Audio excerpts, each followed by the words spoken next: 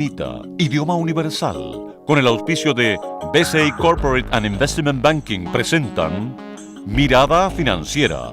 La periodista Paulina Yarur analiza los principales hechos que mueven a los mercados financieros de Chile y el mundo.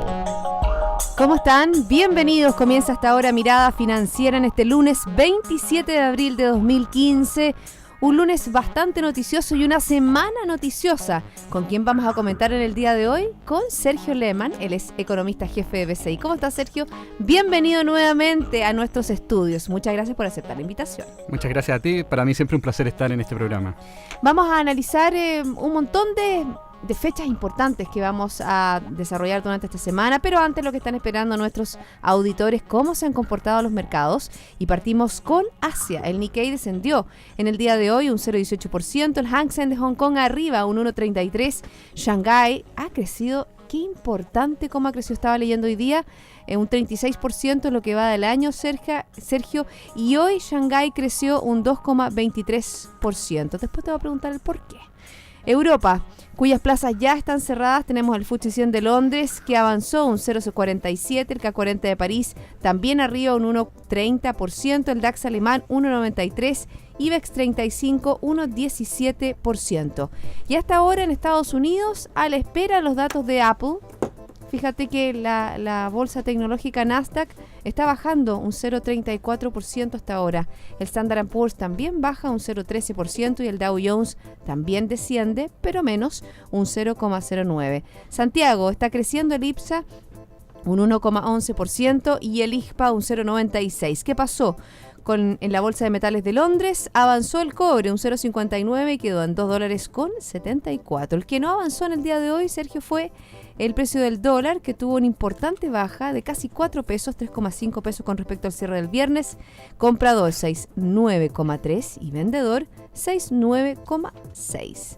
¿Por dónde partimos? Hay cifras en el día de hoy sobre las ventas de comercio de la región metropolitana que caen un 2,6% en marzo y cierra un débil avance en este primer trimestre. Durante esta semana también vamos a tener cifras muy, muy importantes. Este día jueves vamos a tener el desempleo, también tenemos cifras ligadas, ¿no es cierto?, a el sector retail. Así es, durante esta semana, efectivamente, como señalabas, vamos a tener cifras de producción industrial también, ventas minoristas a nivel global y tasa de desempleo. En general lo que se espera es que, naturalmente, digamos, la tasa de actividad sigue siendo relativamente débil. Producción industrial se espera una cifra más bien negativa, en general el consenso. Yo también estoy esperando más bien una cifra negativa, en torno a -1.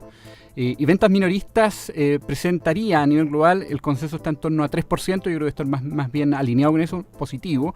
Es decir, el dato de ventas minoristas a nivel de región metropolitana, aparentemente, a lo mejor por temas de volatilidad, está dando una cifra más bien negativa, pero se está esperando para el global una cifra más bien positiva, pero que de todas maneras da cuenta de una recuperación que está siendo bastante débil de todas maneras a nivel nacional. Sergio, y que la visión que tienen ustedes sobre el desempleo, ya tuvimos la semana pasada el desempleo del Gran Santiago, que es como un indicador de lo que viene, ¿o no? Yo creo que sí, efectivamente lo que se está esperando es un aumento en la tasa de desempleo hacia los próximos meses. Hay detrás de ello un tema de estacionalidad. Parte de la creación de empleo en los primeros meses del año tienen que ver con cosas más bien relacionadas con la agricultura. Hacia adelante eso ciertamente, digamos, tiende a desaparecer. Además, gran parte del empleo que se ha estado generando en los últimos meses tiene que ver con un empleo más bien más débil, asociado, digamos, a cuenta propia, que también tiende a aportar menos en los próximos meses. Y por lo tanto yo diría que es relativamente consensuado que la tasa de desempleo hacia mitad de año va a estar en torno a 7% o algo por sobre eso. Y en línea con eso, hacia adelante, de hecho para el dato que estamos esperando también una tasa algo por sobre la que se registró en el trimestre anterior. Y si te apuro un poco, también tenemos datos la próxima semana y van a ser importantes los datos que conoceremos sobre producción industrial y también ventas minoristas para hacer un análisis del IMASEC que conoceremos ya la próxima semana. ¿Tú estás en qué línea? ¿Estás en la línea positiva, negativa, más o menos? Más bien más o menos. Nosotros estamos esperando un IMASEC en torno a 1,8, 2,3, ese es nuestro rango de proyección, más en torno entonces a 2%. hay que tener en consideración que parte de ese dato está incorporando también efectos de los aluviones en el norte. Nuestra estimación es que eso fue más o menos 0.2%, es decir, hay un componente que tiene un carácter transitorio, en el sentido que se va a tender a recuperar hacia los próximos meses, pero claramente estamos hablando de todas formas de una cifra débil, una regulación que está siendo más débil incluso de lo que se estaba anticipando, y parte de eso lo están recogiendo también los mercados. Ese 0,2%, me acordé de esa cifra porque estaba leyendo durante el fin de semana un análisis que se hace sobre cómo nos impacta a nosotros la baja del desempeño, por ejemplo, de la región. Y dice que para el Producto Interno Bruto también, ¿no es cierto?, impactaría un 0,2% en relación a lo que está pasando. ¿Tú lo ves de esa manera, Sergio, o no? Nuestra visión es que el efecto es relativamente acotado, menos 0,2 estamos esperando de efecto asociado a los aluviones para marzo, algo más marcado en el caso de abril, y eso tiene que ver con la paralización de algunas faenas mineras y también construcción en la tercera región. De todas maneras, la tercera región pesa 2.5% del PIB y por lo tanto al final de todas maneras es acotado. Nuestra visión es que para el agregado del año en realidad es en torno a 5 centésimas claro, entre 5 y 6 centésimas, por lo tanto la verdad es que es de segundo orden al final, porque también hay incorporado un efecto de reconstrucción al segundo semestre, es decir, parte del efecto también tiene que ver con recuperar, digamos, las redes de alcantarillado, las redes de agua potable y empezar también el proceso de reconstrucción. Eso tiene un impacto positivo en el desarrollo económico, es un impulso para la economía, puede generar mayor cantidad de empleo, sí, obviamente que las cifras que conoceremos este jueves muestran esta tendencia a la baja. Efectivamente. A ver, también durante esta semana tenemos que hacer una mirada a lo que sucede a nivel internacional. Yo creo que es importante las reuniones que va a sostener este martes y miércoles la Reserva Federal. Hemos tenido datos también en el día de hoy sobre Estados Unidos que hablan sobre, ¿no es cierto?, unas cifras de actividad, reafirman el menor dinamismo y apuntan a un débil crecimiento del primer trimestre de este 2015. ¿Cuál es el análisis que ustedes hacen? ¿Cuáles pueden ser las lecturas que vamos a conocer esta semana? A ver, como tú bien decías, tenemos reunión de la FED esta semana. El día miércoles entonces debería dar cuenta de su visión, de su comunicado. No hay absolutamente ninguna sorpresa respecto a que no va a hacer ningún movimiento significativo, ni en tasas, ni tampoco en, naturalmente, lo que se refiere a tonos, digamos, hacia adelante, o mensajes hacia adelante. Yo creo que de todas maneras el mercado está anticipando o está mirando con atención cuál puede ser eventualmente el tono que dé la FED en su comunicado. Hoy día hay distintas visiones respecto a cuánto, incluso dentro de la propia FED, cuándo debería comenzar a normalizar su política monetaria. Hoy día más bien el consenso está en torno a septiembre, algunos que ven probablemente los movimientos más hacia fin de año. Las cifras en general de actividad en Estados Unidos han sido realmente débiles y eso ha estado moviendo las visiones de cuándo va a comenzar el movimiento de la tasa política monetaria en Estados Unidos. Nuestra visión, más bien alineada con el mercado, es decir, hacia septiembre probablemente, pero es importante hacer ver de que los datos de actividad han sido más débiles de lo que se preveían. Hace algunos meses atrás se esperaba que la normalización pudiese comenzar en junio-julio y, como decía, los datos más débiles han más bien retrasado ese proceso, más allá del hecho que la FED ya lo ha señalado, el ritmo va a ser muy gradual hasta normalizar completamente la tasa de aquí a un par de años más. Fíjate que las cifras que conocimos en el día de hoy son las cifras de órdenes de bienes durables del mes de marzo, que continúan mostrando debilidad y obviamente que decepcionan al mercado. ¿Por qué es tan importante? Expliquémosle a las personas por qué estas órdenes de bienes durables es como lo que viene también, ¿no es cierto? Claro, es un indicador líder, de hecho es un buen anticipador de cuánto va a ser la producción industrial en los próximos meses, en el sentido que son los órdenes que las propias empresas hacen de manera de incorporar a sus procesos productivos. La visión que se tiene, como decía, es que el miércoles se va a dar el dato de PIB, es que el crecimiento va a ser tan solo, el consenso está en torno a 1%, que es una cifra bastante baja, si uno está pensando, digamos, en una regulación en la economía americana y un crecimiento en torno a 3% para el año. De hecho, lo más reciente, las proyecciones se han estado más bien ajustándose a la baja en crecimiento para Estados Unidos y hoy día el consenso está bajo 3%. Es decir, de alguna manera esos datos, órdenes de bienes durables, también algunos datos de producción industrial que no ha sido bueno, han estado incorporando precisamente esta dinámica algo más lenta en términos de la regulación de Estados Unidos hacia los próximos meses. Hablemos un poco de Europa porque también hay noticias con respecto a lo que pueda pasar con Grecia. Fíjate que hay el ministro de Finanzas de Alemania, Wolfgang Schäuble, no sé si se pronunciará, que me perdone porque no es muy buena mi pronunciación en alemán, insinuó ya el sábado que Berlín se está preparando para una posible cesación de pagos de Grecia, aunque insistió en la necesidad de mantener reserva y prudencia en torno a las alternativas de un proceso que tiene en vilo, la verdad, a Europa. Recordemos que el viernes hubo reunión de ministros de finanzas con respecto a lo que pueda pasar en la zona euro y también con Grecia. ¿Cuál es tu evaluación? Efectivamente, Grecia lo tiene bien complicado porque tiene dos vencimientos muy importantes, unos a fines de este mes o comienzos de mayo, el 1 de mayo y otro a mediados de mayo, que son vencimientos muy significativos. Y claramente hoy día Grecia no tiene la liquidez, no tiene los recursos, ha hecho algunos ajustes presupuestarios para tratar de al menos de poder financiar el primer vencimiento, pero claramente lo tiene muy complicado y la probabilidad entonces de un default griego es realmente importante. Hoy día los mercados, a partir de los seguros de no pago, digamos, los seguros asociados, digamos, a un eventual no pago de bonos griegos, tiene una probabilidad implícita en torno a 80% de algún haircut, digamos, algún recorte en la deuda griega o simplemente una prolongación hacia los próximos meses de eventuales pagos.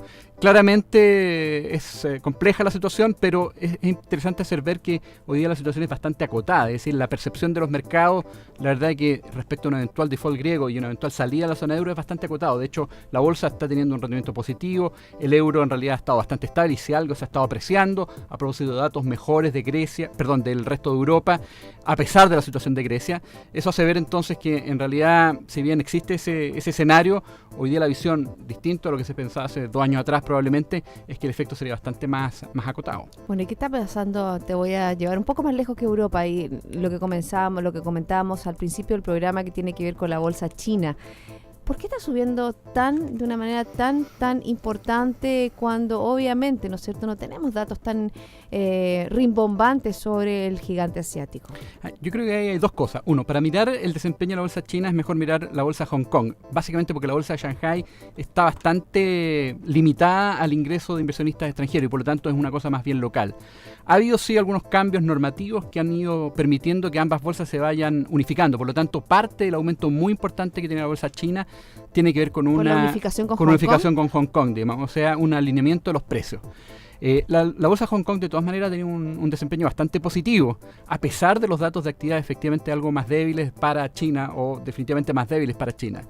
Yo diría que se da una cierta paradoja en el sentido de que los datos más débiles para China de alguna manera van generando expectativas de impulsos monetarios. De hecho, ya la semana pasada la autoridad económica anunció impulsos a través de inyectar mayor liquidez, bajando el encaje que se le exigía a los bancos. Yo diría que las bolsas de alguna manera van incorporando esa mayor liquidez en los mercados y van de alguna forma entonces también ajustando sus precios. Se ponen contentos, hay mayor liquidez, hay mayor precio, hay mayor platita para invertir en acciones. Más o menos, en buen chileno, esa es la vuelta. Tal cual. Y de hecho entonces los datos más débiles de los últimos días también van incorporando la posibilidad de aún mayores impulsos a la economía china. Ahora, yo diría que en general lo que como economista uno ve es que es sano de todas maneras que la economía china se vaya desacelerando y por lo tanto tal vez también eso puede ser una buena noticia en el sentido de que las tasas de crecimiento en torno a 7% para este año, 8% hace un año atrás o 10% en la década pasada, ciertamente no son sostenibles y por lo tanto es esperable que la bolsa china vaya o la economía china vaya gradualmente desacelerándose y convergiendo a tasas de crecimiento más sostenibles. Bueno, es lo mismo cuando un auto anda a gran velocidad y llega que se empieza a calentar el motor. Que se caliente el motor no es tan bueno, entonces obviamente que ahí el enfriamiento es lo más sano, hacer un poco esa metáfora con lo que está pasando en el gigante asiático. Antes de irnos a la pausa, me gustaría preguntarte ¿qué pasó con el dólar el día de hoy? Está bajando, hace algunas semanas hablábamos, ¿no es cierto?, de la fortaleza de la divisa que ya estaba en rango de 630, 650 pesos y ahora hoy día tuvo una baja bien importante. Sabemos, ¿no es cierto?, que subió el precio del cobre, ese es uno de los indicadores. Pero ¿hay otras variables? Hay dos variables más. Una tiene que ver con, en general, un debilitamiento global del dólar, que tiene que ver con lo que conversamos hace unos minutos, en el sentido de que Estados Unidos se ve más débil.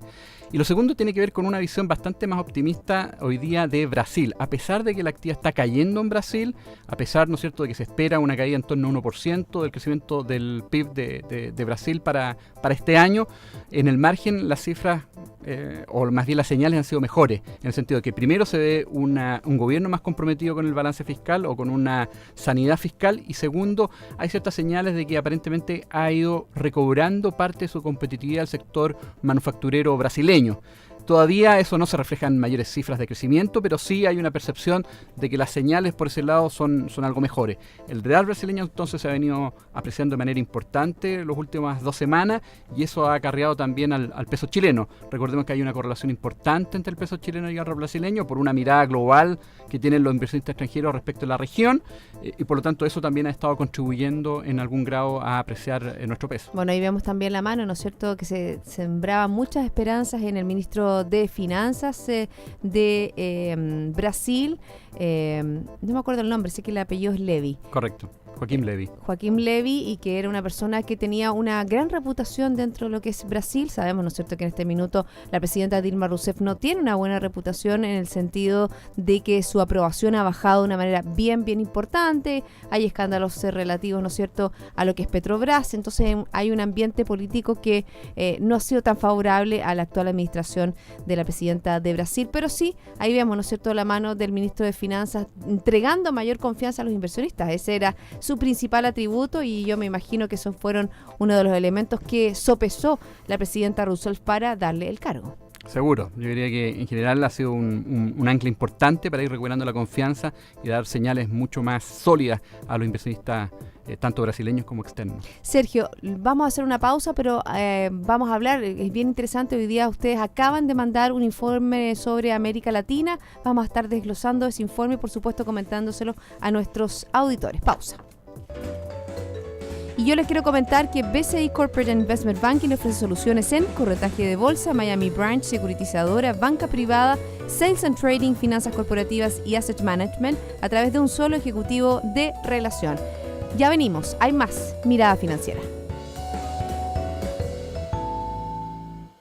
BCI Corporate Investment Banking, un socio estratégico con un modelo de atención integral único y un banquero de relación que le entregará las mejores soluciones ante desafíos complejos, con ideas innovadoras que aporten valor y una ejecución distintiva en negocios de gran escala. BCI Corporate Investment Banking. Sentémonos a conversar.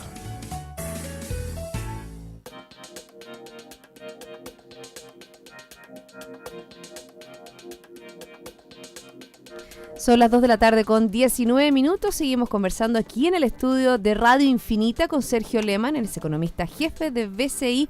Y yo les quiero comentar que en sus decisiones financieras, precisamente BCI Corporate Investment Banking está junto a usted con un modelo de atención integral único que aporta valor y una ejecución distintiva.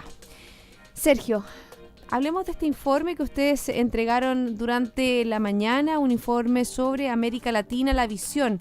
Ya hablan ustedes de una debilidad que permanecerá a lo largo de este 2015. Hablan del desempeño de América Latina, ¿no es cierto?, que decepcionó en este el pasado 2014 al crecer, ¿no es cierto?, por debajo de sus expectativas. Ya empecemos a desgranar este análisis. Ahora, primero, este es un informe que vamos a publicar de manera trimestral. Y yo diría que recoge una inquietud que yo creo que es bien importante, no solamente de en general las empresas o los agentes en Chile, sino que también probablemente a nivel global, en el sentido de que hay necesidad de tener una mirada a lo mejor detallada de qué está pasando en América Latina, especialmente, y en este caso mirando nuestro propio interés desde la perspectiva chilena. Ahora, en general, tal como tú señalabas, es que lo que se ve es que América Latina ciertamente ha estado decepcionando. El crecimiento del 2014 estuvo en torno a 1%, bastante pobre, entendiendo que nuestra estimación de crecimiento tendencial o potencial, dependiendo cómo uno quiera llamarlo, para América Latina hoy día se sitúa más cercano al 3%. Probablemente si esto lo mirábamos hace algunos años atrás en el ciclo positivo de los commodities, en el boom de los commodities, probablemente las estimaciones que uno tenía respecto al PIB potencial para América Latina está más bien cercano al 4%. Estuvimos bajo la media del mundo, porque el mundo creció en un 3,4%. Bastante por debajo, de hecho es probablemente en términos regionales de las más débiles del mundo. Eso es una mala noticia y tiene que ver con varios factores. Uno que tiene que ver con los commodities, es decir, la caída de los precios de los commodities está afectando no solamente los términos de intercambio, sino también la sensación de confianza en las distintas economías. Eso ha obligado también a algunos ajustes estructurales o de fondo en algunas de las economías también. Más allá de lo que uno está observando en el caso de Argentina, Venezuela, que son claramente economías un poquito fuera de lo que uno analiza porque están siguiendo políticas muy, para decirlo de manera elegante, heterodoxa. Ojo que podría cambiar, ¿viste? Durante el fin de semana la gran convocatoria que tuvo Macri y tenemos las elecciones ya a puertas en Argentina. Eso sería una buena noticia, obviamente, para que Argentina, ¿no es cierto?, pueda retomar su senda de crecimiento. Es un país riquísimo, pero la verdad que la administración no la ha hecho bien a esta gestión. Definitivamente no, y como tú bien dices, hay en parte ya incorporado en los precios de los mercados la posibilidad de un cambio de gobierno que de alguna manera enmiende en cierto sentido el rumbo que ha estado tomando Argentina en los últimos años. Claramente tiene muchas fricciones en distintos sectores, hay dificultades para exportar, hay dificultades para importar, una economía muy cerrada. Claramente a la medida que se vaya abriendo, yo creo que la percepción del mundo y de los inversionistas a nivel global va a ir mejorando, a la medida que también se sinceren los precios, la inflación esté bien medida, yo creo que eso va a ir dando señales positivas. El resto de América Latina, de todas maneras, lo que se está viendo es, más allá de los requerimientos o necesidades más de fondo, pensando por ejemplo en los países del Pacífico, es que están siguiendo claramente, digamos, políticas mucho más abiertas, pero están mostrando también desaceleración que tiene que ver con la caída de los precios de los commodities. Es decir, lo que observamos en Chile el 2013, 2014, se está observando, por ejemplo, también en el caso colombiano. La caída del precio del petróleo fue mucho más reciente y tiene como consecuencia un ajuste importante en los términos de intercambio y en los ingresos fiscales para Colombia. La percepción es que se está desacelerando rápido y nuestra proyección en particular para Colombia es un crecimiento solo algo por sobre el 3%. Se esperaba 4,5%, incluso cerca de 5%. Hace algunos meses atrás. Las economías andinas, ¿no es cierto?, de las cuales estaba Colombia, las cuales estaba Perú y también estaba Chile, se han desacelerado de una manera bien importante con respecto a cuál era su potencial de crecimiento, cómo se hablaba, porque se hacía una distinción, ¿no es cierto? También dentro del análisis ustedes hablan de eso, de una heterogeneidad dentro de lo que es el contexto latinoamericano y que habían economías mejores que otras. Efectivamente, de hecho, las señales que uno estaba recibiendo a propósito de esto mismo es que los inversionistas extranjeros, si bien en general no tienden a distinguir demasiado los países de América Latina, sí están empezando a mirar y tratando de ver, porque las políticas son claramente distintas, lo que son las economías del Pacífico, Chile, Perú, Colombia, México, del resto de las economías que están teniendo desempeños muy malos y políticas claramente contrarias a lo que uno esperaría con el propósito de ir recuperando actividad. Lo que se ve es que estas economías, como decía, las del Pacífico, se están desacelerando a propósito de los ciclos de los commodities y algunas de ellas han necesitado hacer algunos ajustes por el lado de gasto público. Colombia, por ejemplo, está en esa línea. Parcialmente también Perú necesita hacer algún ajuste porque ciertamente la situación o la mirada que se tiene respecto a los commodities del futuro es distinta a la que se esperaba hace algunos años atrás y por lo tanto hoy día que presentan déficit de la cuenta corriente importante tienen que requerir, digamos, mayor ahorro interno, ahorro público por un lado o ahorro privado.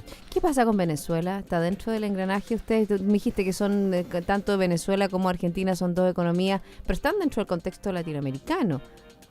Es cierto, nuestra mirada respecto a Venezuela es muy negativa, vamos a tener una caída del producto en torno a 4 o 5% este año, no se dio una salida para nada fácil en el caso venezolano, las señales han sido especialmente negativas, hoy día es una economía bastante cerrada y por lo tanto también un eventual default, digamos, hoy día tiene serios problemas, ¿no es cierto?, disponibilidad de recursos en dólares y por lo tanto la probabilidad de un default de su deuda es factible. Hoy día los precios por riesgo asociados, digamos, a una eventual default o moratoria venezolana son realmente altos, pero los impactos serían bastante acotados porque yo diría que hace rato Venezuela está un poquito fuera del contexto del desempeño del resto de las economías y por lo tanto los impactos que eso produce sobre ella es bastante menor, digamos, pero claramente la visión hacia adelante para Venezuela es especialmente negativa. Dentro de los análisis que ustedes hacen también está la inflación, sabemos, ¿no es cierto?, la inflación disparada que tiene Venezuela, también la inflación disparada que tiene Argentina, pero dentro del contexto general ustedes hacen un análisis que va más o menos en línea con respecto a los bancos centrales, salvo también Brasil, también es eso otro de los temas de los países que tienen una inflación bastante más desatada. Efectivamente, la inflación en general está bastante alineada en los países del Pacífico. Ha estado creciendo, sí, en los últimos meses. Lo vimos en el caso chileno, probablemente más hacia el 2014, hacia el 2015 ya ha estado desacelerándose. Nuestra mirada es que tal como la inflación en Chile va a ir desacelerándose, acercándose a su rango meta, algo parecido va a ocurrir en el caso de Perú, en el caso de Colombia también estamos viendo algo parecido, producto de un desempeño de la demanda interna en estas economías algo más débil. El caso de Brasil es un caso distinto en el sentido de que la economía también está bastante debilitada, pero su inflación ha estado creciendo muy fuertemente. Y de hecho los mercados estaban anticipando una inflación en torno a 8% a fin de año. Probablemente con la apreciación que ha tenido el real, eso ha tendido a moderarse en algún grado, pero de todas maneras estamos hablando de una inflación realmente alta respecto de su meta y respecto al desempeño en términos inflacionarios que está observándose en el resto de los países de la región. ¿Esta apreciación del real es momentánea? Porque ustedes hablan dentro del análisis que hay una depreciación general de las monedas de la región. Nosotros creemos que efectivamente debería tener al menos una parte de eso un carácter transitorio, en el sentido de que la economía brasileña sigue estando en una situación relativamente débil, si bien ha habido buenas señales desde el punto de vista del gobierno en términos de su compromiso con su mayor solidez desde el punto de vista fiscal. De todas maneras, todavía hay bastantes trabas, hay problemas de competitividad todavía presentes en algunos sectores brasileños, el sector manufacturero. Hay una percepción de que todavía la moneda brasileña está un tanto sobreapreciada y por lo tanto debería tender a devaluarse ligeramente o algo hacia los próximos meses. De todas maneras, y tal vez mirando hacia el 2016, nuestra mirada es tal vez un poquito mejor. Sí, un poquito, tienen una estimación de crecimiento cercana al 2,3%. Con respecto al 2016. Igual, obviamente, debajo de la tendencia esperada para el mundo, que es un 3%. Y debajo también de lo que iría uno esperar para América Latina. Ya decía, nuestra mirada tendencial en términos de crecimiento es en torno a 3%. Es decir, va a haber una recuperación hacia el 2016, pero todavía bastante débil. Particularmente el caso de Brasil, que tiene un impacto regional significativo. ¿Es la economía que más pesa a nivel latinoamericano? Es la economía que más pesa a nivel latinoamericano. Porque México está, pero no está. Pero pesa más que México, Brasil, no por su ingreso per cápita, sino por su tamaño, por su población. Es la más importante, por cierto, digamos, y por lo tanto tiene un efecto regional, sobre todo el cono sur o América Latina o la parte sur, América del Sur, tiene un impacto, digamos, mucho más significativo. Como decía, nosotros estamos viendo una recuperación hacia el 2016, bastante débil y Brasil creciendo probablemente ya algo, pero bastante marginal, en torno a 1% probablemente hacia esa fecha. ¿Qué pasa con México dentro de este análisis? México es un poco distinto porque... por su cercanía a Estados Unidos. Por su cercanía a Estados Unidos. Efectivamente, estamos viendo un México que probablemente aparece mucho más firme, digamos, este año, un crecimiento más bien en torno al 3%, muy de la mano con la regulación de la actividad en Estados Unidos. ¿Se va a convertir en la gran fábrica de Estados Unidos, no? El traslado desde China a México. Se ha hablado mucho de eso. Lo que hemos ido observando en los datos de México en particular es que en algún momento la actividad manufacturera mexicana había estado perdiendo competitividad, había estado quedando rezagada respecto a China. Yo creo que la irrupción de China en el comercio mundial le pegó muy fuerte a México y claramente apareció en algún momento poco competitivo. Afortunadamente para los mexicanos, en los últimos años han ido recuperando competitividad y eso se ha estado reflejando, de hecho, en una actividad manufacturera un poquito más fuerte. Y por eso también hoy día probablemente muy bien influenciados por lo que ha sido la recuperación en Estados Unidos. Es decir, México logró pasar por un bache en términos de competitividad y ha estado de alguna manera mostrando mejor desempeño. Pero también tiene problemas propios México, sobre todo el tema de la seguridad, que es un tema no zanjado, y también sobre la famosa política energética que el gobierno no ha logrado. ¿Te acuerdas de abrir todo lo que era la industria petrolera y se le vino abajo ese concepto al presidente Peña Nieto por la baja tan importante que tuvo el precio del petróleo durante este año? Efectivamente, o sea, México todavía tiene cuellos de botella importantes. Ciertamente la parte del narcotráfico, digamos, y la violencia es un tema muy dramático y mientras no logren avanzar por ese lado, probablemente las perspectivas de México siempre van a mostrar cierta cota. Yo creo que es importante que vayan, en la medida de lo posible, digamos, abordando ese tremendo daño, digamos, que se le hace no solamente a la sociedad, sino que también tiene un lado económico. Y por cierto, también tiene todavía necesidades de ajustar, digamos, en términos estructurales, de manera de ir abriendo algunos sectores a inversionistas privados. También ese es el segundo flanco que probablemente tiene como desafío importante el gobierno mexicano en el corto plazo, digamos, de manera de ir incorporando la posibilidad de fortalecer la inversión privada e ir elevando su crecimiento potencial hacia adelante. Bueno, ese es el análisis que ustedes tienen de lo que es América Latina. Sergio, ¿esto va a ser cuántas veces al año, 3 veces al año, un informe detallado sobre, un diagnóstico detallado sobre la región? Va a ser un informe trimestral, este es nuestro primer informe. La idea es siempre darle una perspectiva más de Chile, por eso hay una mirada respecto a cómo, entendiendo que hay inversiones en la región chilena, en la región, cómo eso le va pegando al rendimiento de estas inversiones y al comercio regional. Bueno, es importante porque hay muchas empresas chilenas, ¿no es cierto?, que tienen operaciones en otras zonas. Veíamos, ¿no es cierto?, cómo hay empresas chilenas que operan en Brasil, específicamente LAN, ha sido impactado, ¿no es cierto?, con los problemas internos que tiene esa nación y también la apreciación de la devaluación, es la devaluación de la moneda del real, y vemos la interconexión, ¿no es cierto?, de las distintas fichas que tienen apostados los inversionistas, no solo chilenos, sino que también internacionales en lo que es América Latina. Por cierto, digamos, por eso yo diría que es el gran valor agregado que puede tener este informe, que tiene una perspectiva mucho más local, más de Chile. Muchas gracias, Sergio, por haberme acompañado en el día de hoy. Hicimos un barrido bastante interesante por el mundo, también hicimos un análisis más profundo de América Latina. Que tengas una buena semana. Muchas gracias, un placer, como dije, estar siempre acá. Y a todos ustedes, sigan en compañía de Radio Infinita. Nosotros nos reencontramos mañana a las 2 para dar una nueva mirada financiera.